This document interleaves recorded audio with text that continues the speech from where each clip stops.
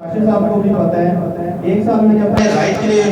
पूरी तरह लड़ाई की और उसमें मुझे कभी मेरा कोर्ट वगैरह जाने का मिजाज नहीं था, लेकिन मैंने 2 दफ़ा हाई कोर्ट गया और अल्लाह का शुक्र है कि आखिरकार फैसला मेरे हाथ हुआ। ये अलग बात है, मैंने ट्रांसफ़र अपनी मर्जी से करवा ली, लेकिन एज अ प्रेसिडेंट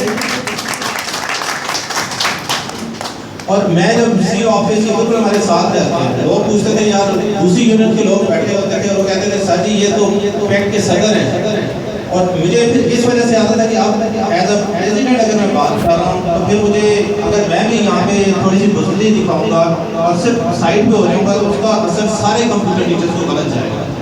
तो मैंने इसीलिए कहा कि चलें जो चीज़ सर पे आ गई है उसको डील करते हैं और पूरी तरह से कोशिश करते हैं। अच्छा, हमारा प्रोग्राम में अभी थोड़ी देर में हम अनाउंस कर देंगे। ये खान साहब अभी बात कर रहे थे कि वो